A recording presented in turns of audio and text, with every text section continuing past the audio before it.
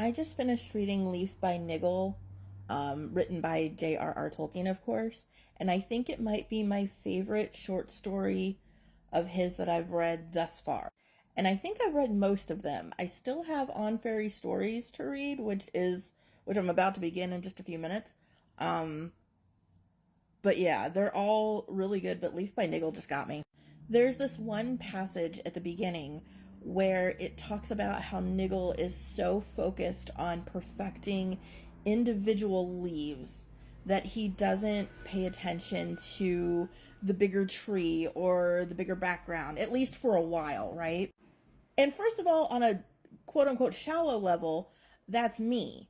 Like when it comes to drawing, I get very perfectionist. And if I can't get something to match exactly what I have in my head on the paper, I get really frustrated and I just stop. It's literally what's kept me from even trying to paint or draw or anything for years because I know I'm just really picky about my own stuff. Like Niggle, I will eventually move on, but I will still be hung up on the finer details of finer elements of whatever it is I'm trying to draw. For example, I'll want to perfect the look of eyes on a cat instead of worrying about drawing the rest of their body. Another passage or element that I really related to is how solely focused Niggle could get on his artwork. Like, Niggle was so focused on his painting that he didn't notice that his neighbor Parrish's wife was sick or that their roof was in dire need of mending. And it was only when Parrish came to him and was like, "Hey dude, I need help. Can you help?" that Niggle was like, "Oh shit, maybe I should help."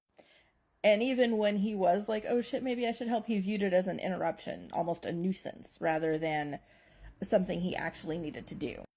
And I can get singularly focused like that too, especially if I'm knee deep in like editing photos or working on a particular scene of a story I'm writing.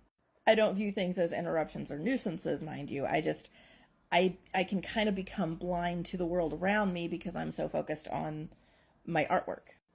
But if you look at this from Parrish's point of view too, he doesn't notice what Niggle is working on.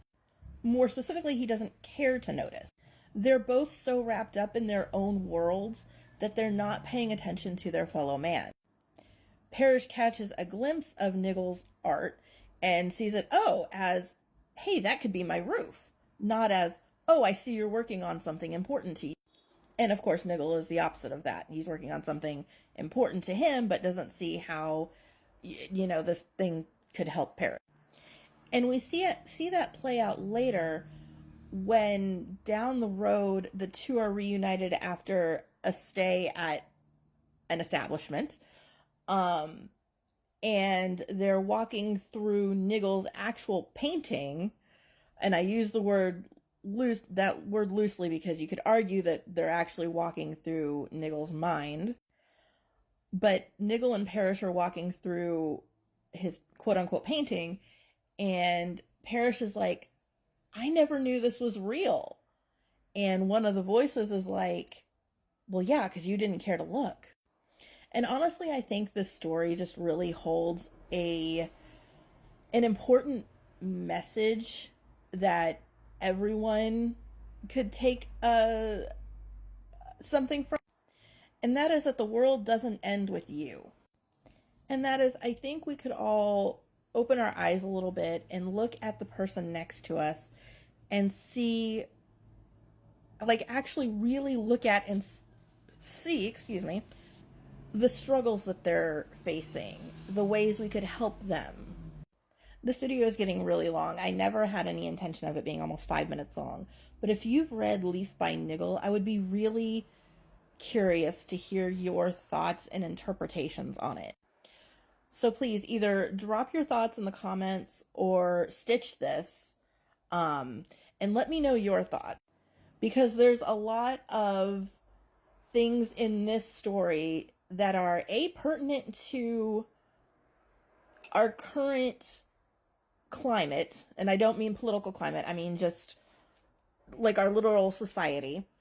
But also there's a lot of things that could be up for interpretation in the story, and I'm really curious how other people interpret them.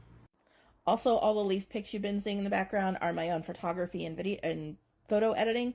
So please let me know which one you like the best out of the three. Number one, number two, or number three.